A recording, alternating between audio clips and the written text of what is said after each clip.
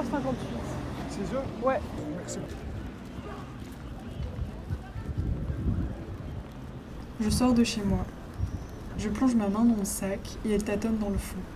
Je sens mes clés, mon portefeuille, des crayons, des mouchoirs et un déo.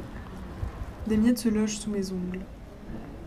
Je saisis finalement la surface rembourrée que je cherche. Je pose l'appareil sur ma tête et instantanément je sens une pression sur mes oreilles.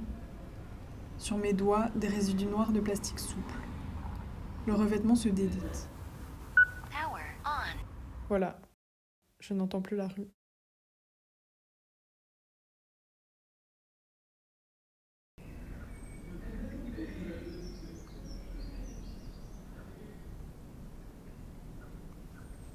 Ça fait quelque temps que j'ai remarqué ce systématisme dans mon comportement. Dès que j'ai quitté la sphère du domicile, je mets mon casque. Et je pourrais pas dire pourquoi, mais ça me dérange. Comme si, hors de l'espace domestique, j'avais besoin d'un auxiliaire pour avancer. Il agit pour moi comme un répulsif aux interactions inattendues. Je sais pas s'il me rend imperméable aux rencontres, ou s'il modifie ma perception des espaces extérieurs. En tout cas, une chose est sûre, sa présence m'isole. Alors pourquoi, même si je m'en rends compte, j'arrive pas à m'en passer? Ces questions, ça fait quelques mois que je me les pose, et j'ai beau y réfléchir, j'arrive pas à y répondre. Il faut que j'arrête de ruminer. Pour ce faire, j'ai posé la question à 3 de mes amis. Nous avons chacun le même âge, avons grandi dans des milieux similaires, mais personne n'a un rapport égal à l'écoute de musique en rue. Ulysse écoute de la musique constamment. C'est presque maladif. Il utilise ses écouteurs comme des bouchons d'oreille. Alice fait de la musique, elle chante et mixe parfois. Étonnamment, elle est incapable d'écouter quoi que ce soit lors de ses trajets. Elle dit que ça la rend folle. Enfin, Joséphine porte son casque pour le confort et réconfort qu'il procure. Elle s'isole de ce qui l'entoure, aussi bien phoniquement que métaphoriquement. Cette discussion a soulevé en moi 1 million d'autres interrogations. Heureusement, il se trouve que j'avais un micro Audio Technica AT2020 USB Cardioid Condenser sous la main. Quelle coïncidence!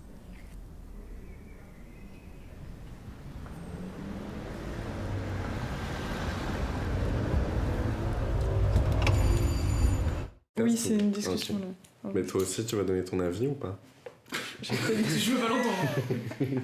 Du coup, je me demandais, quel était toi ton rapport à la musique et surtout à la musique avec des écouteurs? Bah moi, c'est vraiment tout le temps. Ouais. Dès que je me réveille, je démarre une chanson. Et après dans la douche, et puis en faisant à manger. Et puis en marchant, juste c'est tout le temps.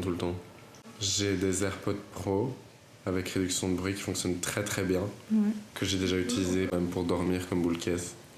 Genre ça coupe n'importe quel son d'une soirée à côté de chez toi et tout. Je dirais pas que c'est lié à la ville, mais je dirais que genre ma consommation de musique elle est différente en ville et genre dans d'autres endroits. Mais du coup oui, c'est lié à la ville, parce que du coup en ville c'est moins un plaisir que quand je suis à la plage, quand je marche, quand je fais une balade. Alors qu'à la ville c'est genre ça passe rapidement parce que j'écoute la même chanson en boucle pendant tout le voyage. Est-ce que c'est comme si t'étais sur TikTok en marchant? Ouais. Ah, ok. Oui, en vrai c'est grave ça, parce que aussi genre quand j'ai besoin de cette stimulation de bruit aussi, parce que genre j'habite seul la plupart du temps, c'est genre pour avoir un bruit ambiant, c'est comme avoir une vidéo YouTube ou des trucs comme ça. Mais du coup par exemple il y a des jours où je me réveille et on va dire c'est pas une bonne journée et genre je vais allumer ma musique et puis genre je vais sur l'application TikTok, il y a TikTok qui se met en marche, puis genre je me lève pour marcher jusqu'à la salle de bain, je coupe l'application TikTok et directement la chanson elle redémarre et il y a jamais genre de pause entre tous les sons. Est-ce qu'on peut réellement être addict à la musique?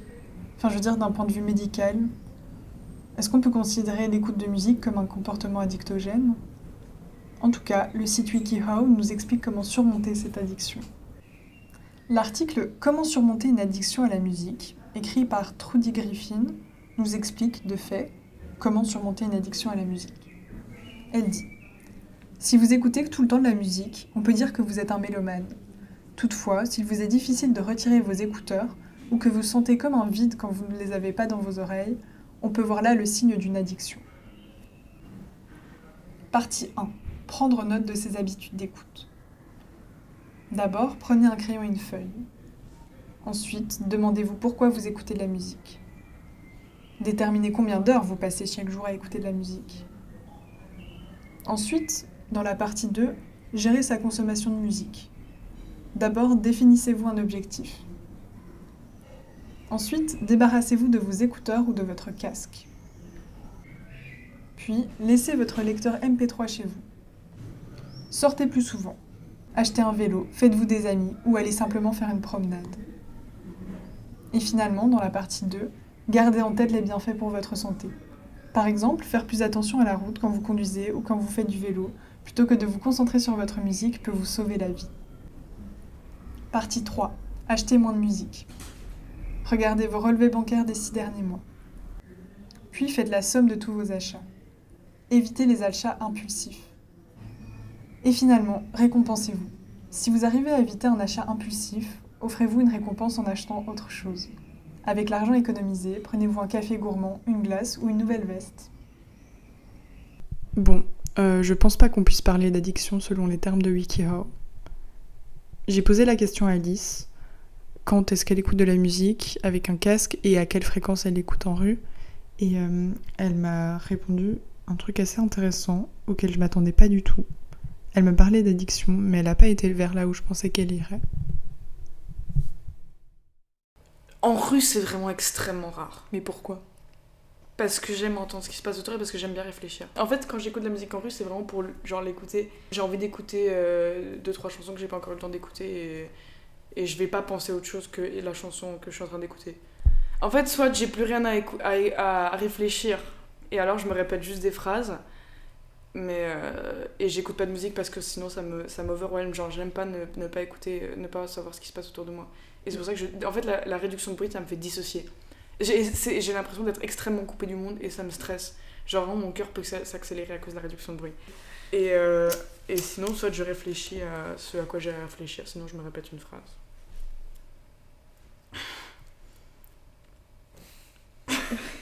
Une phrase.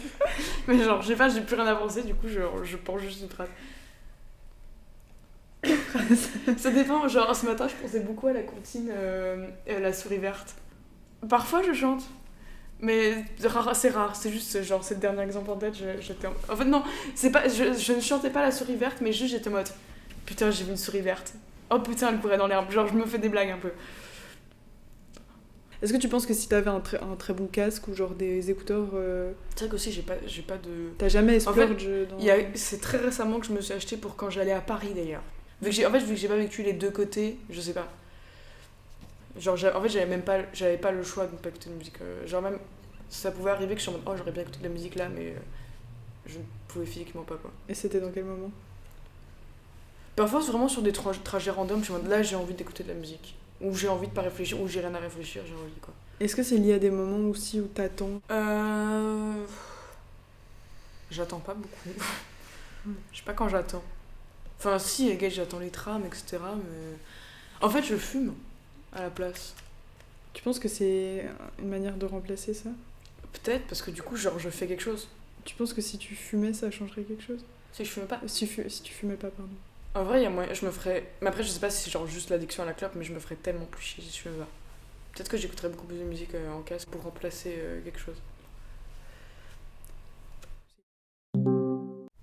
L'addiction, Charlotte Masma en parle. Elle est chercheuse à la Sorbonne et a écrit un article nommé « L'addiction à la musique, sérieusement ?» paru dans le magazine Implications philosophiques. Dans son article, elle interroge l'addiction comme l'accentuation d'un comportement humain naturel, qui est la recherche de plaisir. Elle commence par expliquer. La facilité avec laquelle nous pouvons écouter de la musique aujourd'hui est une situation historique inédite, permise par l'essor des techniques d'enregistrement et de diffusion du son, bouleversant nos pratiques d'écoute. Nomade, l'écoute musicale peut être solitaire au milieu de tous grâce au smartphone ou au MP3. Ce bain musical ambiant et le statut valorisé de la musique dans notre société en font un objet particulier dont il semble important de rappeler quelques caractéristiques, celles-ci pouvant expliquer la facilité avec laquelle l'auditeur s'en empare. Ces éléments sont la dématérialisation des supports, notre musique nous suit partout, et le faible coût de l'activité, voire la gratuité complète. L'écoute solitaire peut alors se développer et constituer notre principale forme d'écoute. Ensuite, elle évoque l'étude de Thomas Kaffer nommée Big Tree of Music Listening. Celui-ci a tenté de déterminer les principales raisons de l'écoute de musique auprès d'environ 800 sujets. La première dimension de l'écoute musicale serait la régulation de l'humeur, suivie de la conscience de soi et enfin le renforcement du lien social. Donc on peut observer que la dimension émotionnelle est la plus importante selon les sujets interrogés. Finalement, Charlotte Massemin s'appuie sur les écrits du psychologue Eric Lounis et de sa théorie du moindre coût adaptatif du produit, qui définit que la valeur addictive d'un produit, c'est le résultat de l'interaction de 3 axes. D'abord la souffrance psychique du sujet, ensuite la disponibilité du produit, et puis finalement les compétences addictives personnelles. Il dit que s'il y a une variation dans l'un des facteurs, alors le sujet peut passer d'une consommation normale à une consommation pathologique. Elle dit que s'il y a une consommation pathologique de musique, le consommateur n'éprouverait du plaisir qu'à travers ses activités, l'une des rares activités disponibles dans son système d'action. Il ne pourrait plus s'en passer, l'écouterait pendant de nombreuses heures, au moment de s'endormir et délaisserait ses obligations scolaires, familiales et professionnelles. Son système auditif pourrait s'en trouver endommagé, mais il poursuivrait malgré tout cette activité qui lui est devenue indispensable. Elle dit que le profil type n'existe pas ou qu'il n'a pas encore été trouvé, mais que dans certains cas, la musique est un soutien indispensable à la réalisation des actions de la vie quotidienne, comme sortir de chez soi, se détendre ou s'endormir. Elle est alors associée à une forme de rituel personnel et son absence entrave le quotidien. Pour conclure, elle dit que oui, on peut parler d'une addiction à la musique, mais pas seulement d'une addiction à un objet musical, mais plutôt aux effets émotionnels de l'écoute. Ceci étant exacerbé par la facilité d'accès de la musique et par le fort potentiel d'induction émotionnelle. En effet, les causes sont souvent extra-musicales, car les morceaux sont associés à des moments de vie, des états ou des personnes. Elle dit que l'écoute musicale a plutôt des conséquences positives, mais que l'activité ne devient saillante et problématique que lorsque le mal-être ou l'ennui s'installe durablement, enfermant l'individu dans une écoute perpétuelle, au risque de détériorer son audition.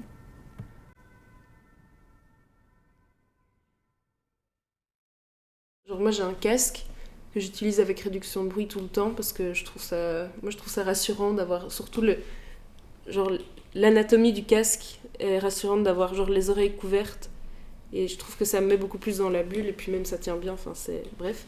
C'est quoi les bruits que ça atténue du coup ?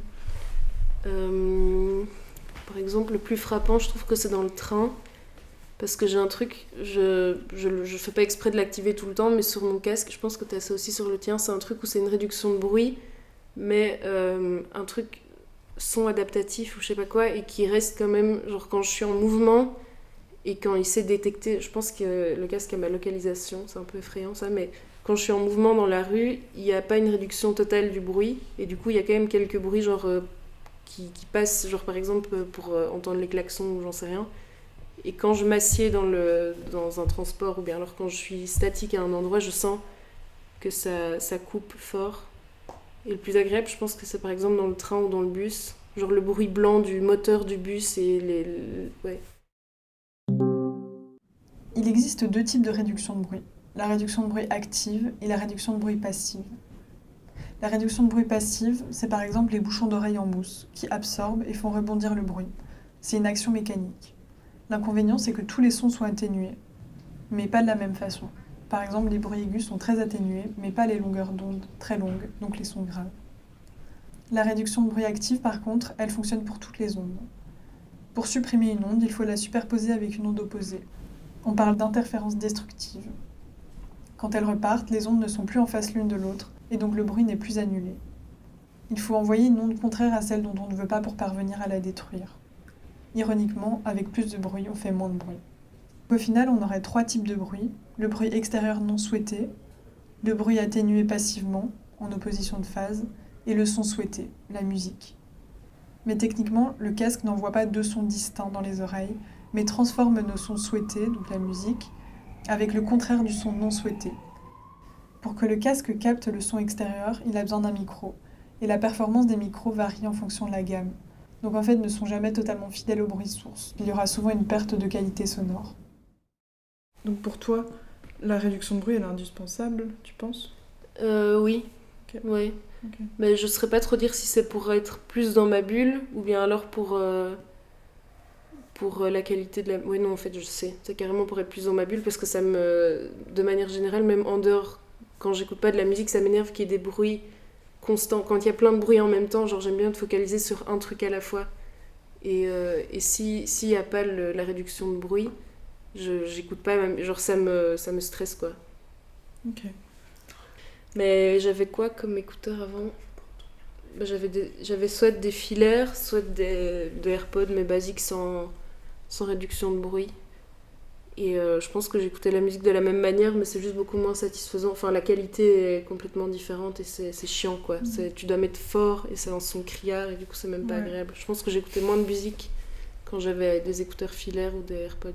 Dans tous les cas, j'interagis très peu avec les gens dans la rue, mais comme Ulysse, je pense que quand je rentre toute seule, j'ai besoin aussi de l'avoir. C'est aussi par sécurité et je préfère ne pas entendre qu'il y ait des bruits derrière moi plutôt que de savoir. Enfin, si j'ai pas de casque, je deviens parano et je me retourne tout le temps. Et je fais quand même attention quand j'ai mon casque et que je rentre seule, je me retourne et je fais gaffe autour de moi, mais genre être sans rien, c'est hyper stressant. Et je pense sincèrement que les gens, comme Ulysse disait aussi, quand t'as ton casque et que t'as un rythme et que t'as l'air sûr de toi, les gens viennent beaucoup moins te parler que sans. Ouais. Ah oui, je me sens vide en fait quand j'ai pas de casque. Mais je sais pas si on peut faire un rapport avec le fait qu'on met de moins en moins de chapeaux globalement, sur le. Genre, si on observe l'histoire de la mode, là on est dans une période où on met très très peu de chapeaux, par peut-être des casquettes, des bobs. Mais c'est vrai que peut-être que ça peut être une analogie au chapeau aussi. Ou... Bah, et franchement, moi, surtout en hiver, genre littéralement ça me protège juste du froid, des oreilles. Et il y a des moments où même quand mon casque est plat et que je sais que je dois marcher en rue, genre je le mets quand même autour parce que ça me met vraiment dans un truc de sécurité et j'écoute rien, même par rapport à l'extérieur, je me dis que les gens pensent que j'écoute de la musique et du coup ils viennent pas m'embêter non plus quoi. Mettre son casque sur sa tête sans activer la musique, c'est pas un geste anodin. Comme le dit Joséphine, c'est une manière de se garantir le moins d'interactions possible, de se couper de l'environnement. Et ça, c'est quelque chose que les fabricants d'appareils d'écoute audio revendiquent. J'ai rassemblé des formulations marketing sur les sites de quelques grandes marques de matériel audio, Sony, Bose, Marshall et Apple, et on observe que les expressions se ressemblent et se contredisent. La technologie de détection du bruit élève la réduction de bruit à un degré supérieur. Vous pouvez désormais faire abstraction du monde qui vous entoure pour vous immerger dans votre musique. Votre monde, rien d'autre. Le meilleur casque à réduction de bruit du marché réinvente l'écoute sans distraction, avec 2 processeurs contrôlant 8 microphones. C'est l'expérience d'écoute personnelle à son apogée. Une expérience d'écoute inédite, une réduction de bruit exceptionnelle pour un silence inégalé. La technologie révolutionnaire de son spatial offre une expérience d'écoute encore plus immersive, une nouvelle façon de vivre les émotions de la musique. Calme et sérénité, un son qui vous transcende, le meilleur de la réduction de bruit. Des basses incroyablement puissantes pour une expérience digne d'un concert. Un son de la plus haute qualité. Il est temps que votre musique rencontre son maître. Faites l'expérience d'un son de qualité supérieure que seuls nous pouvons offrir. Le design circulaire ouvert avec transparence audio relie vos mondes en ligne et hors ligne. Allez où la vie vous mène, sans câble pour vous retenir. C'est marrant parce que moi, dans ma manière d'écouter, je considérais ce dispositif plutôt comme un moyen plus confortable de consommer de la musique, mais les fabricants insistent plutôt sur une grande mobilité ou sur la valeur de voyage. C'est comme si ces casques faisaient de nous des super modernes, ultra indépendants, qui avanceraient libérés des désagréments sonores extérieurs. Et en fait, je pense que c'est là que je mets le doigt sur ce qui me dérange, sur la raison pour laquelle je me suis tant posé cette question. Ces valeurs exacerbées de liberté, d'individualité et de technologisme, c'est pas ce que je recherche et c'est vraiment pas comme ça que je veux vivre. Et ça me dérange que cette chose que je porte constamment sur la tête dans la rue en soit le significateur. Je pense pas arrêter complètement d'écouter de la musique, mais il me semble enfin avoir posé un diagnostic sur cette espèce d'angoisse, sur ce trouble étrange.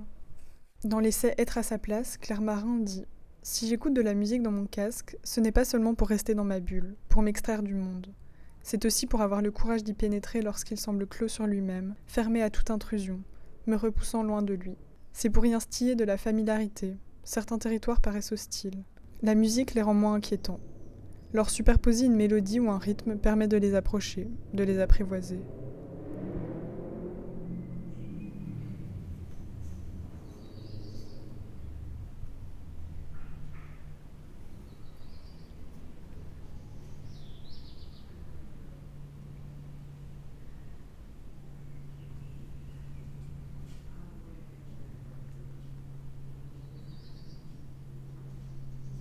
Voilà. Merci de m'avoir écoutée.